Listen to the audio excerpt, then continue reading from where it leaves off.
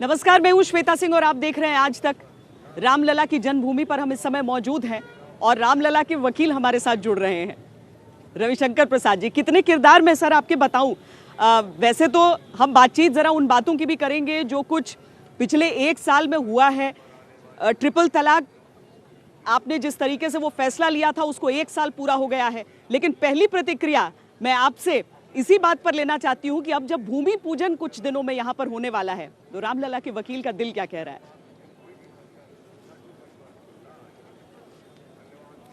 बहुत संतोष है। जब मैं इलाहाबाद हाई कोर्ट के निर्णय के बाद जीत कर निकला, आपके दर्शकों को मालूम होना चाहिए कि मैं इलाहाबाद हाई कोर्ट में रामलला और हिंदुओं का वकील था, क्योंकि जब मामला सुप्रीम कोर्ट में आया तो मैं देश का कानून मंत्री था तो बहस नहीं कर सकता था। लेकिन वहाँ पर जीतने के बाद मैं भी बहुत भावुक हो गया था, क्योंकि देश में एक प्रकार का वातावरण बना था कि हम लोग हारेंगे। और जितने सबूत उपलब्ध थे तो मेरे से लोग पूछते तो मैं एक ही बात कहता था कि अगर ईश्वर है और न्याय है तो निश्चित जीतेंगे, क्योंकि इतने सबूत थे। और आज मैं श्वेता जी आपके दर्शकों के लिए एक बात आपकी अनुमति से कहना चाहता हूं, क्योंकि आप रामलला की धरा से मुझसे बात कर रही हैं। सुप्रीम कोर्ट ने अपने फैसले में 3 बातें कही हैं। नंबर 1, बाबरी मस्जिद बनने के बाद भी 350 वर्षों तक मुस्लिमों के द्वारा ऐसा कोई सबूत नहीं दिया गया कि इस पर उनका एकमात्र अधिकार था, बाबरी मस्जिद के ढांचे पर। दूसरा, बाबरी मस्जिद बनने के बाद भी हिंदुओं का ये विश्वास कभी नहीं डोला कि ये राम जन्मभूमि है और यहाँ आकर वो राम का नमन करते थे। और तीसरी सबसे महत्वपूर्ण बात, सुप्रीम कोर्ट ने कहा है कि आर्कियोलॉजिकल एविडेंस को विस्तार से एग्जामिन करने के बाद कि बाबरी मस्जिद एक मंदिर की धरातल पर बना है। तो जो बात हम कहते थे सबूत में सुप्रीम कोर्ट के 5 जज ने कह दिया। अच्छी बात है, देश ने उसको मान लिया। अब आज 5 अगस्त को अगर यहाँ पर सियासत हो रही है कि प्रधानमंत्री का यहाँ पर आना सांप्रदायिक कहा जा रहा है कई विरोधी पार्टियों द्वारा, आप इस पर क्या कहेंगे?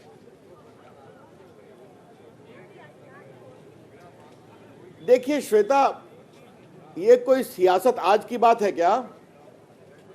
ये तो शुरू से कर रहे हैं लोग। याद है ना, सुप्रीम कोर्ट में सुनवाई के समय भी कांग्रेस के एक बड़े नेता ने कहा कि सुनवाई अभी क्यों कर रहे हैं, बाद में कर लिएगा चुनाव के बाद। तो ये तो कुछ लोग हमेशा करते हैं और करते रहेंगे।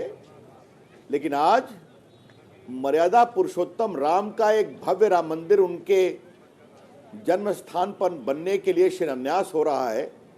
ये देश के लिए गर्व की बात है, सभी देशवासियों के गर्व की बात है। और मर्यादा पुरुषोत्तम राम का मंदिर संवैधानिक मर्यादाओं के अनुसार भी बन रहा है। कोर्ट का फैसला आया है, सबों को सुनने के बाद आया है। अब तो लोगों को मानना चाहिए। अब कुछ लोग तो विरोध करते हैं तो करने दीजिए, उनकी चिंता नहीं करनी चाहिए।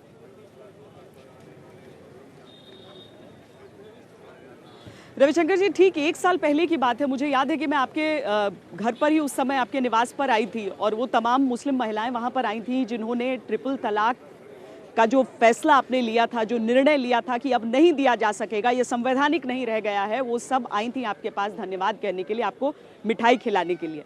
1 साल बीत गए, आपको लगता है आंकड़े न्याय कर रहे हैं उस एक फैसले से, क्योंकि उसके बाद भी तमाम ऐसी घटनाएं सामने आती रही हैं?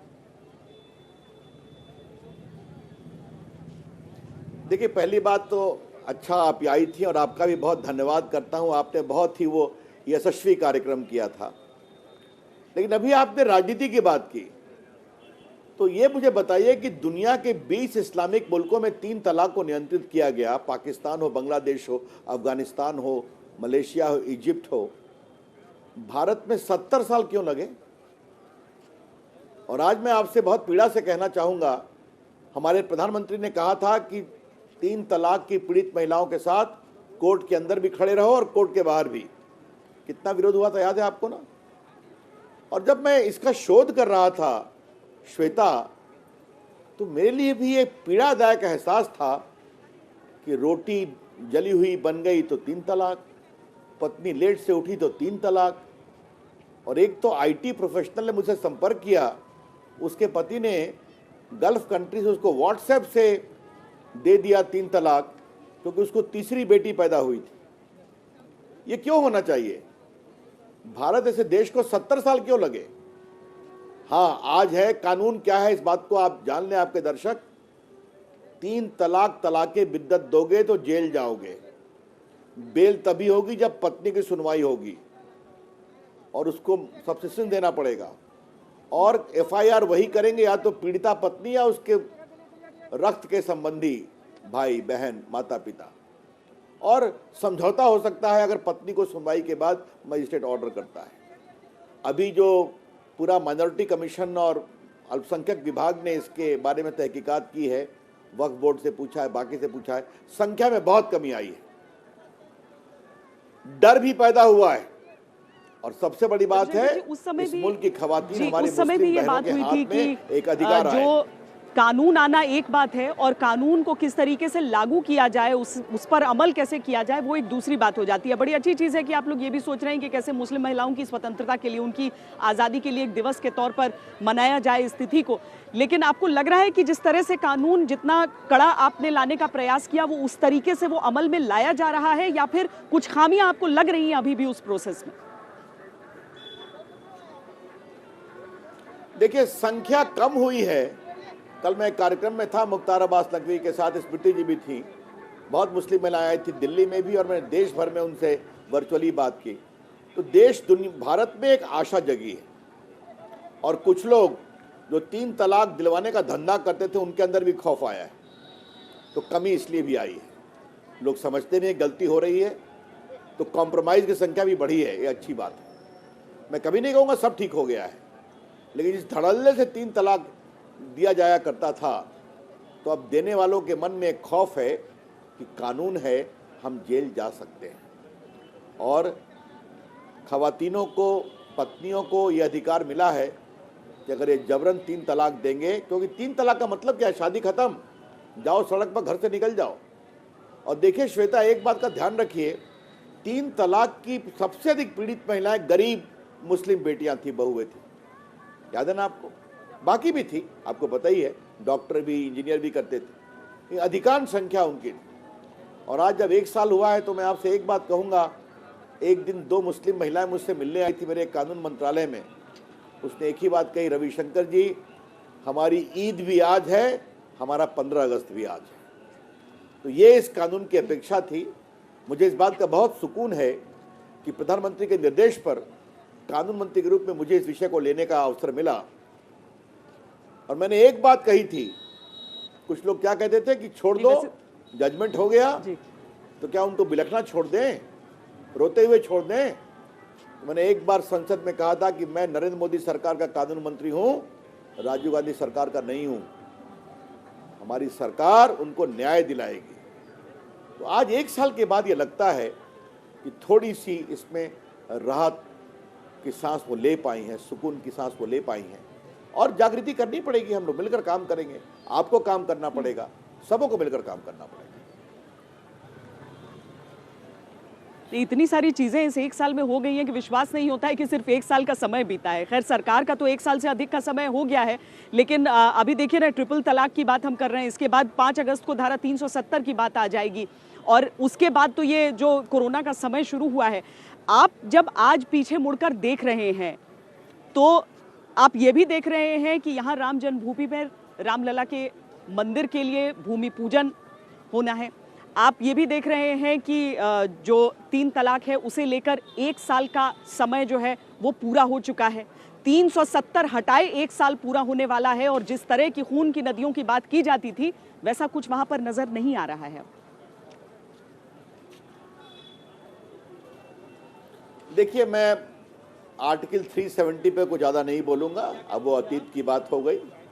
जम्मू कश्मीर भारत का अंग है, लद्दाख अलग है, दोनों यूटी हैं, और कश्मीर को आपने बहुत देखा है। और आज मैं आपसे क्षमा मांगते हुए आपके चैनल पर आपकी प्रशंसा करूंगा कि जिस तरह से आपने कश्मीर में वहाँ के नौजवान बच्चे सेना में, पुलिस में, सीआरपीएफ में बीएसएफ में भर्ती हो रहे हैं और आपने उनके भर्ती के मार्चिंग आउट परेड पर उनके माता पिता के चेहरे पर जो खुशी दिखाई थी, वही है नया कश्मीर। मैं खुद गया हूँ। आज जो वहाँ विकास की बात चल रही है, जो आतंकवादी सरहद के पार से आते हैं उनके खिलाफ ज़बरदस्त कार्रवाई हो रही है, चलने दीजिए। लेकिन वहाँ के आम कश्मीरी अब विश्वास के साथ विकास की धारा में आना चाहते हैं और आ रहे हैं, और उनके पूरे विकास का काम खूब किया जाएगा। आप देख रहे हैं, चाहे वो शिक्षा हो, चाहे वो आईटी हो, चाहे वो पूंजी निवेश हो, चाहे वो बाकी कश्मीर के विकास की बात हो, लद्दाख के विकास की बात हो, जम्मू के विकास की बात हो, ये काम चल रहा है। नहीं रविशंकर जी, चूंकि आपने लद्दाख की बात कर ही ली और वहां पर ईस्टर्न लद्दाख पर जिस तरीके से लगातार चीन के साथ हमारा टकराव चल रहा है, उसके बीच आपकी ही तरफ से वो पहला फैसला आया था कि 59 चीनी ऐप्स को हम बैन कर देंगे। उन ऐप्स को बैन करने के लिए क्या भारत तैयार है? ऐप्स को बैन करना तो एक चीज है, क्योंकि पूरा हिंदुस्तान खड़ा है इस समय कि हम चीन के सभी चीजों का बहिष्कार करना चाहते हैं, लेकिन क्या भारत तैयार है उन चीजों के लिए? क्या हमारे पास अपने उस तरह के ऐप्स हैं? ये भी बातें हुई थी कि हम डेवलप कर रहे हैं, लेकिन कब तक, क्या समय सीमा आप देख रहे हैं? हिंदुस्तान कितना स्वावलंबी, कितना आत्मनिर्भर है? देखिए, पहले आपको मैं आत्मनिर्भर भारत की दो तस्वीर दिखाना चाहता हूं। पहली बात है कि जो आपने बात की बैन की बात, मैं किसी देश का नाम तो नहीं लूंगा, लेकिन जो एक बात मैंने कही थी कि भारत की संप्रभुता, भारत की सुरक्षा और भारत की एकता, अखंडता और देश के लोगों के निजता के अधिकार के लिए, प्राइवेसी के लिए, सर्वेलेंस को रोकने के लिए हमने निर्णय किया था और इस पर हम बहुत सख्त हैं। अब उसके बाद कार्रवाई चल रही है, आप देख लीजिए। अब उनकी सुनवाई हो रही है, स्पष्टीकरण दे रहे हैं, कानून की विहित प्रक्रिया के अंतर्गत उनकी कार्रवाई होगी। लेकिन आपसे मैं इतना ही कहूंगा कि भारत के इस निर्णय की दुनिया भर में सराहना हुई है। ये एक बहुत महत्वपूर्ण बात है जो आपसे मैं कहना चाहता हूं। आपने बहुत सही कहा कि भारत में क्या करना है, तो हमारे प्रधानमंत्री जी ने स्वयं एक made in India app launch करने की अपील की देश से, और आज मैं आपको एग्जैक्ट नंबर देना चाहता हूं, 6,940 लोगों ने अप्लाई किया है। इसमें कौन लोग हैं? 3,939 इंडिविजुअल हैं, आईटी प्रोफेशनल हैं, बाकी है, और 3,001 संगठन, ऑर्गेनाइजेशन है। उनने बिजनेस के लिए ऐप, हेल्थ वेलनेस के लिए ऐप, ई लर्निंग के लिए app, social networking, games, news, entertainment, others, सबों के लिए ऐप बनाकर पेश किया है कि ये हमारे ऐप हैं, ये मेड इन इंडिया ऐप है। तो आज जब उनकी समीक्षा चल रही है, समीक्षा करने के बाद हम इनको और इनकरेज करेंगे। आपने चूंकि मेक इन इंडिया की बात की, तो एक बात मैंने आज ही मीडिया से शेयर की है। आपको मालूम है कि नरेंद्र मोदी जी की अगुवाई में भारत इलेक्ट्रॉनिक मैन्युफैक्चरिंग का एक बहुत बड़ा सेंटर बन गया है।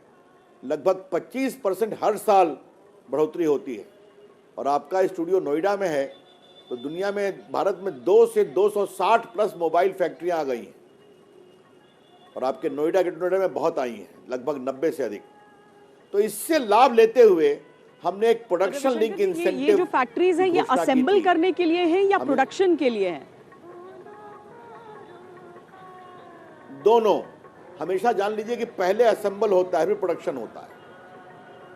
और आज भारत में एप्पल फोन भी बनता है, लेकिन हमारे जो प्रोडक्शन लिंक इंसेंटिव में दुनिया की 5 बड़ी कंपनियां और भारत की 5 बड़ी कंपनियों ने आवेदन दिया है, श्वेता, तो मुझे आपके दर्शकों को बताते हुए खुशी हो रही है कि उन्होंने कहा है कि भारत में आने वाले 5 वर्षों में वो 11.5 लाख करोड़ का मोबाइल और कंपोनेंट बनाएंगे और लगभग 7 लाख करोड़ को एक्सपोर्ट करेंगे और 3 लाख लोगों को डायरेक्ट नौकरी देंगे और 9 लाख लोगों को इनडायरेक्ट नौकरी देंगे।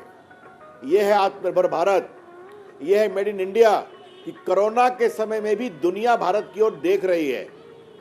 यह हमारे नेता की क्षमता है, और जो भारत के प्रति दुनिया में आस्था, श्रद्धा और विश्वास है, ये उसी का परिचायक है। और आपको मैं वादा करता हूं कि ये शुरुआत है, आगे और बहुत कुछ करेंगे और भारत को दुनिया का एक इलेक्ट्रॉनिक मैन्युफैक्चरिंग हब बनाएंगे। जी, चूंकि रविशंकर जी कोरोना की वजह से वाकई नौकरियों की बहुत कमी हुई है, बहुत क्षति हुई है, लोगों को बहुत ज़्यादा नुकसान हुआ है, आपको भी ये चीज़ें मालूम होंगी। लेकिन जिस तरह से आप बता रहे हैं कि जितनी कंपनियों के भारत आने की या जितनी नौकरियों के जनरेट होने की, आपको लगता है कि कितने दिन लग जाएंगे स्टेबलाइज करने? पूरी दुनिया को ये मुश्किलें हो रही हैं, हमें एहसास है, लेकिन आज की तारीख में जब आप सामने देखते हैं और प्रत्यक्ष देखते हैं लोगों को कि वाकई उन्हें किसी को सैलरी में कटौती, किसी को जॉब में कटौती, बहुत सारी दिक्कतें आ रही हैं, कब तक संभल पाएगा हिंदुस्तान इन चीजों से? देखिए, आपने बहुत कहा। मैं स्वयं आशंकित था कि ये जो हमने प्रोडक्शन लिंक इंसेंटिव में लोगों से आवेदन मांगा है तो कितने लोग आते हैं, लेकिन जितने उत्साह से दुनिया की बड़ी कंपनियां जो एप्पल का फ़ोन बनाती हैं, जो सैमसंग बनाते हैं, आपको मालूम है सैमसंग एप्पल दुनिया के 60% मोबाइल रेवेन्यू को कंट्रोल करते हैं। और उनको जो बनाने वाली कंपनियां ताइवान की हैं, चाहे फॉक्सकॉन है या विस्ट्रॉन है या पेगाट्रॉन है, ये सब हिंदुस्तान में इस स्कीम के अंतर्गत आ गई। और जो भारत की कंपनियां हैं, लावा है या माइक्रोमैक्स है, ये सब तो ग्लोबल चैंपियन और नेशनल चैंपियन। ये आज जो विषय मैंने आपको बताया, जिसका मैंने प्रेस किया था, अगर देश में कंपनियां कोरोना के समय आने वाले 5 वर्षों में 11.5 लाख करोड़ का मोबाइल बनाने, कंपोनेंट बनाने और 7 लाख करोड़ का एक्सपोर्ट करने की हिम्मत रखती हैं और 9 लाख लोगों को प्रत्यक्ष अप्रत्यक्ष नौकरी की बात करती हैं, तो इसका मतलब है भारत के प्रति उनका विश्वास है। और इसी आधार पर मैं कहता हूं, कोरोना जैसे ही कम होगा, हम भारत की अर्थव्यवस्था को जरूर संभाल लेंगे, ऐसा मेरा पूरा विश्वास है। एक बार फिर मैं आपको वापस अयोध्या की भूमि पर लाती हूँ, चूंकि बातचीत तमाम मुद्दों पर, जैसे मैं कहती हूँ कि आपके किरदार इतने सारे हैं कि सवाल उतने कोण के हो ही जाते हैं, लेकिन अयोध्या की इस भूमि पर बहुत सारी चीज़ों को लेकर आज भी सियासत चल रही है। पहला तो मैंने आपसे जवाब पूछा कि प्रधानमंत्री के यहाँ आने को सांप्रदायिक कहा जा रहा है, उस पर आपने जवाब दिया। इसके साथ ही और भी कई सारी चीज़ें कही जा रही हैं, मसलन ये कि जिन लोगों को यहाँ आना चाहिए था उन्हें यहाँ पर आने का न्योता ही नहीं दिया गया, जो प्रमुख तौर पर मंदिर आंदोलन से जुड़े रहे थे उन सबको न्योता यहाँ पर नहीं मिला था। और ये भी मैं जानना चाहती हूँ, क्या आप भी आने वाले हैं या नहीं? देखिए, मैं एक बात पहले कहूँगा कि कौन आएगा नहीं आएगा ये जो मंदिर निर्माण समिति का ट्रस्ट है वो तय करेंगे, और उनको तय करना भी चाहिए। वो अवश्य संबंधित लोग को बुलाएंगे। कोरोना की सीमा है, आप समझती हैं। क्या समझती हैं कि मेरे आने की इच्छा नहीं थी क्या? लेकिन मैंने स्वयं निर्णय किया है, हम लोग सारे मंत्री नहीं जाएंगे, क्योंकि कोरोना के कारण सोशल डिस्टेंसिंग जरूरी है। अधिक कम से कम 200 लोग ही रहेंगे, ये तो हमें समझना ही पड़ेगा। अतः रामलला के दर्शन की ये भी कहा गया कि बाकी राजनीतिक पार्टियों को भी इनविटेशन मिलना चाहिए था। शिलान्यास, अब ऐसा है कि अब ये सब तो आप छोड़ दीजिए, जो ट्रस्ट है वो तय करेगा, मुझे कुछ नहीं कहना है। लेकिन ये अच्छा लग रहा है कि रामलला के आंदोलन और रामलला के मंदिर का विरोध करने वाले आज श्वेता जी निमंत्रण की अपेक्षा कर रहे हैं। तो राम तो मर्यादा पुरुष है, मैं आग्रह करूंगा आकर के दर्शन करें, कोई दिक्कत नहीं हमें लगती है, क्योंकि अभी कोरोना का समय है तो कम लोग को स्वयं भी आना चाहिए सुरक्षा के दृष्टिकोण से। अभी मैं आपसे आग्रह करूंगा कि प्रभु राम सबके हैं श्वेता, और मर्यादा पुरुषोत्तम राम का भव्य मंदिर पूरी मर्यादा के साथ बन रहा है। न्यायालय की प्रतीक्षा की गई, संविधान के बेंच ने 5 बेंच ने फैसला किया। तो अब मैं आग्रह करूंगा कि आप लोगों ने बहुत विरोध किया, अब थोड़ा शांत रहिए और शांति से प्रभु राम का भजन करते हुए 5 तारीख को उनका आराधना करें। और मुझे भी अच्छा लग रहा है, आपसे मैं बातचीत कर रहा हूं तो आपके पीछे भी तो भजन बज ही रहा है, ओम जय जगदीश हरे, तो उसके भाव में हम सभी भी प्रभावित हो रहे हैं, अच्छी बात है।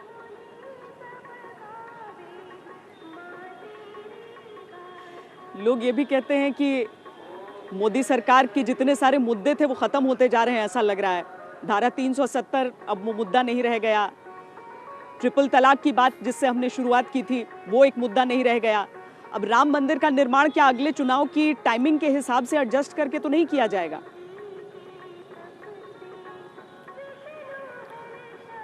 देखिए, राम जन्मभूमि बनाने का आंदोलन बीजेपी ने 89 से शुरू किया था, पालनपुर में फैसला करने के बाद। आज 2020 है। कितने साल हो गए श्वेता? 31 साल। इस 31 साल में कितने चुनाव आए लोकसभा के, कितने चुनाव आए विधानसभा के? अटल बिहारी वाजपेयी की सरकार आई, अच्छा काम की, चली भी गई। मनमोहन सिंह की सरकार आई, देश में क्या हुआ आपने भी देखा, वो भी चली गई। आज जनता ने मोदी जी की सरकार बनाई है, देश का विकास हो रहा है, देश में आत्मसम्मान जगा है, दुनिया में भारत की साख बढ़ी है। और आज 2020 का भारत है, 1962 का भारत नहीं है। ये देश भी देख रहा है, दुनिया भी देख रही है। तो अपना हमें काम करने दीजिए। राम मंदिर को चुनाव से मत जोड़िए। मर्यादा पुरुषोत्तम राम का एक भव्य मंदिर बने, ये तो अपेक्षा कई सैकड़ों साल से है। आज देखिए वो सपना सही होने जा रहा है और मुझे पूरा विश्वास है कि अयोध्या दुनिया की एक बहुत ही प्रामाणिक, जिसे कहते हैं, तीर्थ बनेगा, जिसमें भारत के भारतीय, दुनिया के भारतीय और अन्य आस्था के भी सभी लोग आएंगे। और प्रभु राम तो सबके हैं, उस मर्यादा का पालन करते उस भव्य मंदिर का एक हम आगाज करें। मेरी तो आपसे यही अपील होगी।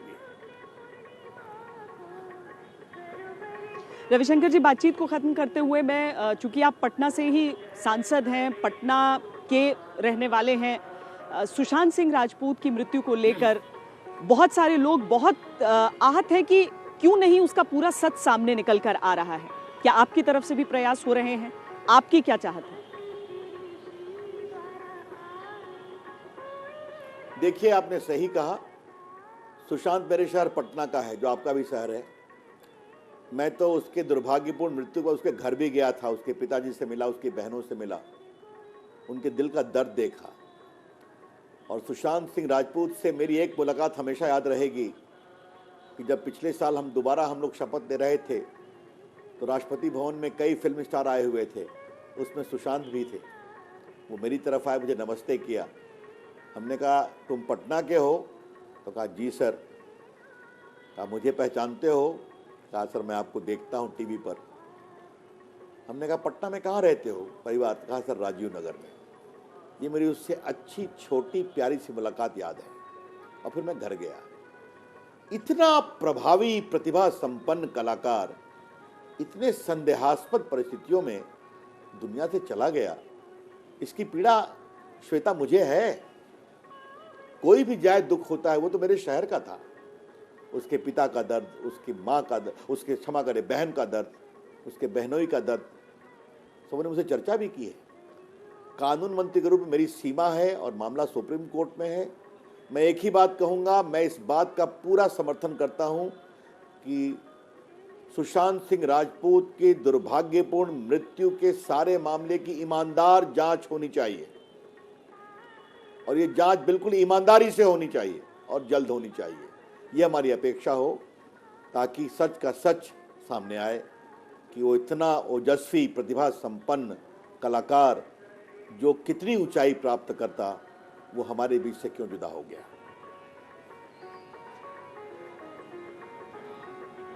बहुत बहुत धन्यवाद हमसे बातचीत करने के लिए रविशंकर जी। रविशंकर प्रसाद हमसे बातचीत कर रहे थे हर एक मुद्दे पर। उनकी राय, चाहे राम जन्मभूमि में जिस तरीके से यहाँ पर भूमि पूजन होना है, प्रधानमंत्री के आने को लेकर जो विवाद छिड़ा है, हर एक चीज पर उनकी राय। अभी के लिए इतना।